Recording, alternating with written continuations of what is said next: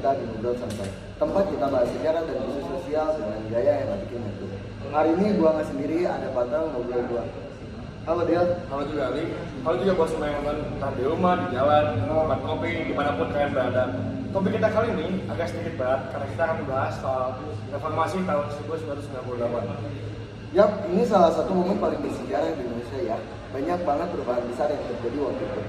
Tapi sebelum kita bahas lebih jauh, mungkin kita mulai dulu dari pertanyaan paling basic ya. Sebenarnya apa sih yang dimaksud dengan masa reformasi? Jadi kalau secara umum tuh ya, reformasi itu artinya ada perubahan atau pembaruan terhadap sistem lama yang dianggap tidak berjalan dengan baik. Nah di Indonesia, khususnya reformasi tahun 1998, itu terjadi buat mengakhiri masa Orde Baru yang udah berjalan lebih dari 30 tahun di bawah kepemimpinan Presiden Soeharto. Benar banget. Dan waktu itu masyarakat juga merasa jenuh banget karena banyak masalah kayak korupsi, kolusi, nepotisme, alias KKN yang merajalela. Terus ekonomi kita lagi parah banget gara-gara krisis moneter tahun 1997. Harga barang naik, pengangguran di mana-mana. Ya pokoknya buat hidup beras itu susah lah. Ya nggak cuma ekonomi doang sih sebenarnya, secara politik juga kan ngerasa nggak punya kebebasan.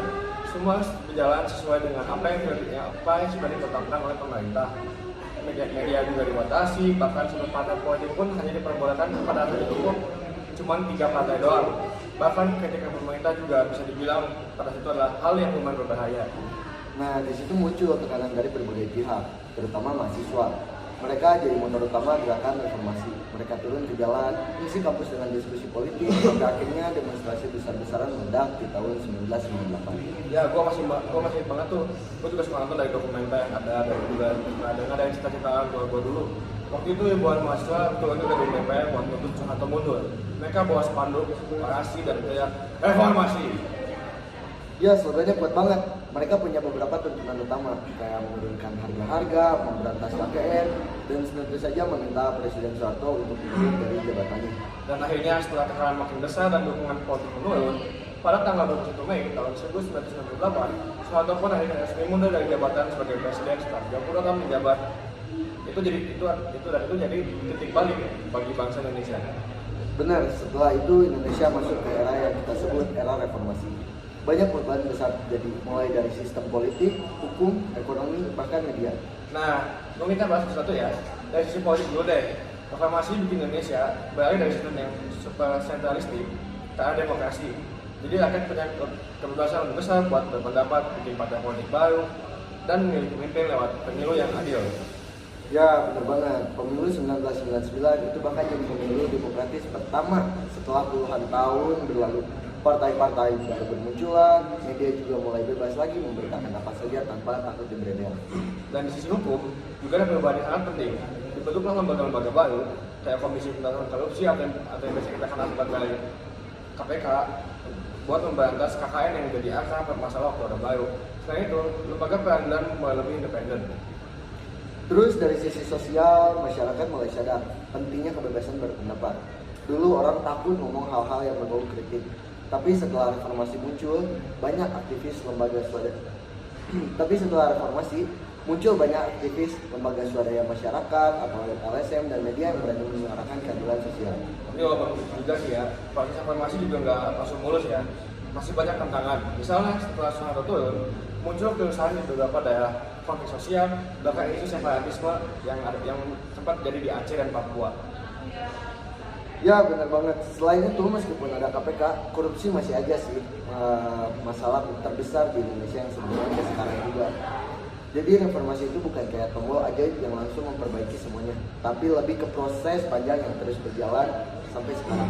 Setuju sih kalau soal itu. Kadang orang juga mikir reformasi itu cuma soal turun doang gitu loh. Padahal sebenarnya maknanya jauh lebih luas daripada itu. Ada juga tentang perubahan proses sistem, mentalitas, dan cara berpikir bangsa.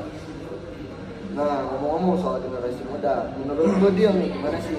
Apa sih peran anak muda sekarang buat melanjutkan semangat reformasi? Wah, itu pertanyaan bagus ya guys ya. Menurut gua, anak muda sekarang tuh punya peran besar banget. Dulu mahasiswa berjuang lewat aksi di jalan. Sekarang kita bisa berjuang lewat proses contohnya seperti media sosial, lewat karya, bahkan kita bisa ikut langsung di politiknya. Alam ceket. Mantap. ya. Lagi.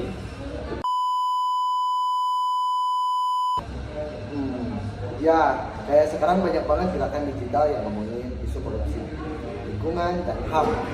Itu bentuk lain dari semangat reformasi juga, cuma dengan cara yang lebih modern. Dan jangan lupa juga yang penting jangan sampai apatis. Reformasi itu lahir karena awalnya nggak cuma diem aja karena keadilan. Jadi sekarang pun kita harus terus berpikir kritis tapi juga konstruktif. Setuju banget. Reformasi itu bukan cuma peristiwa di masa lalu, tapi juga semangat yang harus dijaga supaya Indonesia terus bergerak ke arah yang lebih baik supaya Indonesia terus bergerak ke arah yang lebih baik, lebih adil, terbuka, dan bebas dari korupsi. Nah, sebelum kita tutup, aku pengen nanya nih ke pendengar yang nonton ini, menurut kalian, apa sih yang paling terasa dari hasil reformasi sekarang ini? Bebas berpendapat kah, demokrasi kah, atau justru malah makin banyak yang harus diperbaiki? Wah, pertanyaan udah penting banget tuh.